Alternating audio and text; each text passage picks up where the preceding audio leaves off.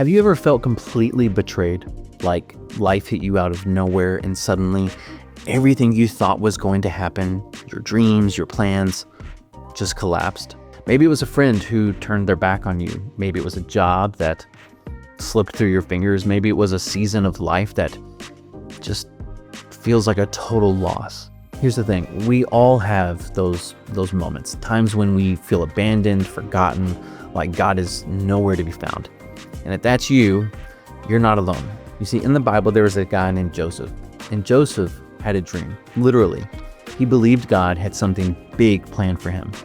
But instead of heading toward greatness, he found himself in the bottom of a pit, betrayed by his own brothers. And here's the crazy part. God was in control the entire time. Maybe you're in a season that makes no sense.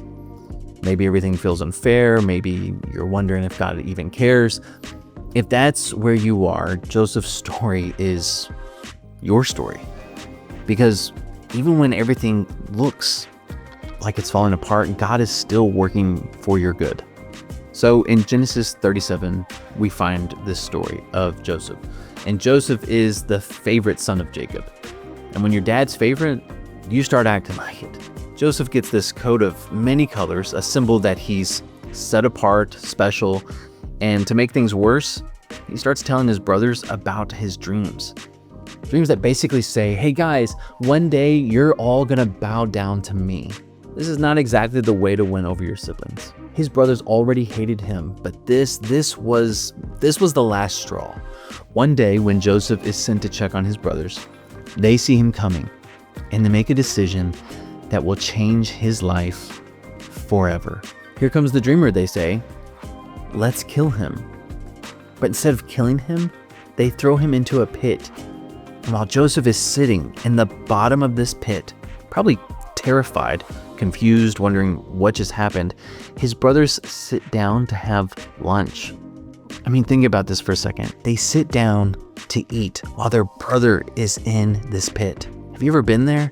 Ever felt like the people who were supposed to care about you just didn't? But the story doesn't stop there. A group of traders comes by and Joseph's brothers decide, hey, why kill him when we can make a little money instead?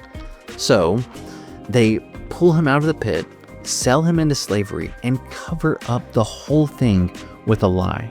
And Joseph, he's on his way to Egypt. His life just took the worst turn. And maybe yours has too. Joseph had no clue what was happening. He had a promise, but his reality didn't match his dream. Maybe you're in that place right now. Maybe God gave you a dream, but right now everything just feels like the opposite. The pit moment is where faith is tested. But listen, God was still at work. What felt like rejection was actually redirection. Joseph was being sent to Egypt for a reason, because years later, he would save millions of people from famine, including his own family. You see, God doesn't waste the pit. He uses it to position us for something greater. And if that sounds familiar, it should, because this is exactly what Jesus did for us. Think about it.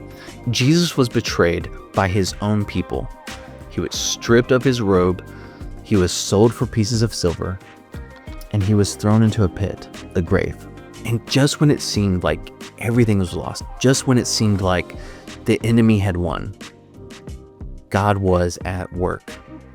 3 days later, Jesus rose from the dead, and what looked like the worst moment in history became the greatest victory of all time. Joseph's story was pointing to something bigger all along, and so is yours. Right now, you might be in your pit moment, but listen, God is still working. Romans 8:28 says, "And we know that in all things, God works for the good of those who love him." I promise you, the pit isn't permanent, and your story isn't over, because Jesus has already written the ending.